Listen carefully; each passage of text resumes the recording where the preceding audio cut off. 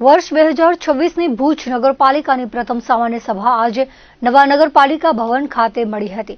આ સામાન્ય સભામાં ઓક્ટોબરથી ડિસેમ્બર 2025 સુધીના ત્રિમાસિક હિસાબોની બહાલી આપવામાં આવી હતી।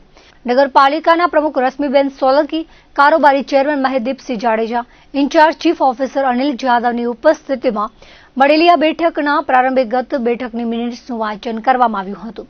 ત્યારબાદ ત્રિમાસિક હિસાબો રજૂ કરવામાં આવ્યા હતા।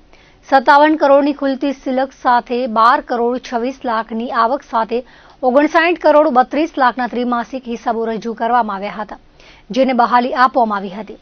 આ અંગે નગર અધ્યક્ષા રશ્મિબેન સોલંકીએ જણાવ્યું હતું કે નવી બિલ્ડિંગમાં પ્રથમ સામાન્ય સભા યોજાઈ છે, જેમાં નગરસેવકોના કામો તેમજ કારોબારીના કામોની બહાલી આપવામાં આવી હતી। આ સાથે શહેરમાં જે અધૂરા કામો છે તેને ઝડપથી પૂર્ણ કરવા પ્રયત્નો હાથ ધરાશે। રોડ અને લાઇટના કામોના વર્ક ઓર્ડર પણ આપી દેવામાં આવ્યા છે, જેને ટૂંક સમયમાં પૂર્ણ કરવામાં આવશે। નગરપાલિકાની વિવિધ શાખા દ્વારા રજૂ કરાયેલ વિવિધ ઠરાવોને બહાલી અપાઈ હતી। શહેરના જુદા જુદા વિસ્તારોમાં ડ્રેનેજ લાઇન પાથરવાના કામોને મંજૂરી આપવામાં આવી હતી।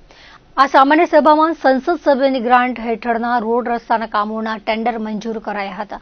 બજેટ વર્ષ 2025-26માં મંજૂર થયેલ બજેટ કરતાં વધુ થયેલ ખર્ચની મંજૂરીનો ઠરાવ રજૂ કરવામાં આવ્યો હતો। વધારાની મંજૂરીની રકમ રિવાઇઝડ બજેટ 2025-26માં ઉમેરવાનો ઠરાવ પસાર કરાયો હતો।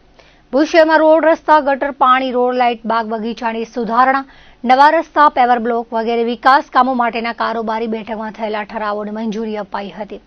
આ સામાન્ય સભામાં વિપક્ષી નગરસેવકોએ શહેરના જુદા જુદા વિસ્તારોમાં માળખાકીય સુવિધાની કચાસના પ્રશ્નો ઉઠાવ્યા હતા। શહેરના દરેક વિસ્તારના સમતોલ વિકાસ માટે સુધરાઈ તંત્ર કાર્ય કરે તેવી માંગ રજૂ કરી હતી। આ બેઠકમાં નગરપાલિકાની વિવિધ સમિતિઓના હોદ્દેદારો, જુદા જુદા વોર્ડના નગરસેવકો અને અપેક્ષિત અધિકારીઓ, કર્મચારીઓ હાજર રહ્યા હતા। આજની આ નવી બિલ્ડિંગમાં અમારી આજે સૌથી પ્રથમવાર સામાન્ય સભા મળી। અમારા સૌ નગરસેવકો બધા સાથે રહીને જે અમારા કારોબારીમાં જે કામો લીધા હતા એમના કામોને આજે અમે બાલી આપી અને વિકાસના કામો જે પણ આવી ગયા કારોબારીમાં એનો જલ્દીથી અમે પૂરા કરવાની પૂરા પ્રયત્ન કરશું અને જે અધૂરા કામો હશે એમને અમે ફરીથી પ્રાયોરિટી વધારે આપીને અમારી ટર્મ જ્યાં સુધી છે ત્યાં સુધીમાં અમે એમને પૂર્ણ કરશું। અમે સ્થળ પર પણ અમે સાહેબ પણ જે એવા હતા, નગરસેવક હતા, કાસમભાઈ પણ સાથે જ હતા અને એમનું કામ પણ ચાલુ કરાવી દીધું છે, વર્ક ઓર્ડર પણ આપી દીધું છે અને ટૂંક સમયમાં એ પણ કામ પૂર્ણ કરશું। અત્યારે રમજાન મહિનો આવે છે ને રમજાન મહિનામાં વોર્ડ નંબર 1, 2, 3માં એક તો પાણી આવે તો ગટરનું પાણી આવે છે, તેમાં અડધો કલાક જેવો ગટરનું પાણી આવે એટલે માણસો પાણી કાઢી નાખે ને અઠવાડિયે વોર્ડ નંબર 2માં તો અઠવાડિયે પાણી આવે છે। અઠવાડિયે આવે છે એ કહે છે કે હિતેશ ને જાફર એ કહે છે પાણી આવશે તો અઠવાડિયે આવશે, તમને ખપે તો લ્યો, નકા કાંઈ નહીં, એવી રીતે બે પબ્લિકને જવાબ આવે છે। વોર્ડ નંબર 1માં તો ગટરનું જ પાણી આવે છે, 4 દિવસે પાણી આવે કે 5 દિવસે આવે પાણી ગટરનું જ આવે છે। અત્યારે અમે પ્રમુખને જવાબ લેવાના હતા પણ પ્રમુખ તો ઓફિસમાં પણ ન બેઠા, ભાગી ગયા ને જવાબ પણ નહીં લીધો। અમે જવાબ લીધું, બેનને કીધું તમે 4 મહિનાની સામાન્ય સભામાં કીધું હતું તો સામાન્ય સભામાં તમે નિકાલ શું કર્યો એનો જવાબ આપે। પ્રમુખ કને કાંઈ જવાબ હતો જ નહીં, ડાયરેક્ટ સામાન્ય સભા પૂરી કરીને ભાગી ગયા, ઓફિસમાં પણ ન બેઠા। જો આગામી દિવસમાં રમજાન મહિનામાં પાણી નહીં આવે તો પ્રમુખના ઘરે આંદોલન કરવા બેસીશું।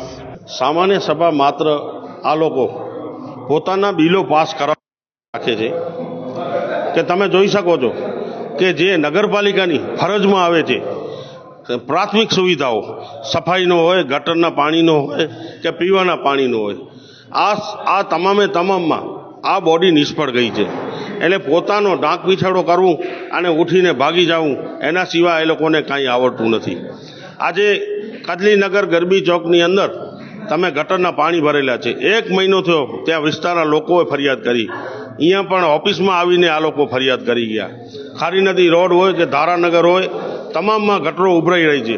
એક જ અમે પ્રશ્ન ઉપાડ્યો કે મેન્ટેનન્સ, વાન મેન્ટેનન્સ 3 મહિનાનો જો 10 લાખ રૂપિયા ખર્ચો થતો હોય તો 12 મહિનાનો કેટલો ખર્ચો થયો? 1 કરોડ 20 લાખ રૂપિયા ખર્ચોની જો આ લોકો કરતા હોય વાનો રિપેરિંગ પાછળ, અને છતાંય પણ વાનો બંધ છે, માણસો નથી, આવા બાના બહાર પાડી અને આ કામગીરી જાણી જોઈને નથી કરતા કે જે હોય તે હવે આ લોકોને ભુજ શહેરની પ્રજા જવાબ આપશે।